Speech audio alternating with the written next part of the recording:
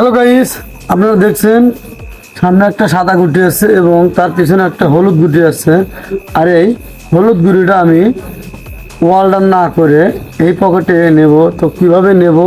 তো দেখুন, স্ট্রাইক আমি এই কাঠে আগে লাগিয়ে তারপর আবার এই গুটি ওই কাঠে লেগে স্ট্রাইকের সাথে আবার লেগে এই হলুদ গুটিটা এই পকেটে যাবে।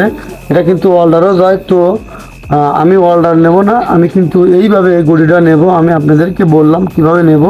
আপনারা যদি খেলার সময় এরকম পজিশনের গুটি পান তো আপনারা এইভাবে গুটিগুলো নিবেন। আমি দেখেন আমি কিভাবে এই গুটিটা পকেট করি, আপনারাও এইভাবে চেষ্টা করবেন।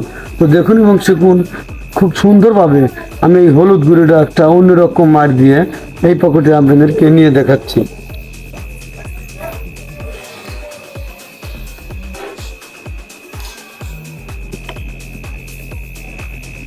হ্যালো গাইস, আপনারা দেখলেন আমি কিন্তু খুব সুন্দরভাবে স্ট্রাইকটা আগে কাঠে মারলাম, গুটিটা ওই কাঠে লাগলো, স্ট্রাইক কিন্তু এই কাঠে লেগে স্ট্রাইকের সাথে আবার লেগে হলুদ গুটিটা কি সুন্দরভাবে পকেটে গেল। এরকম হাজার হাজার মার আমার চ্যানেলে আছে, আপনারা চাইলে দেখে আসতে পারেন।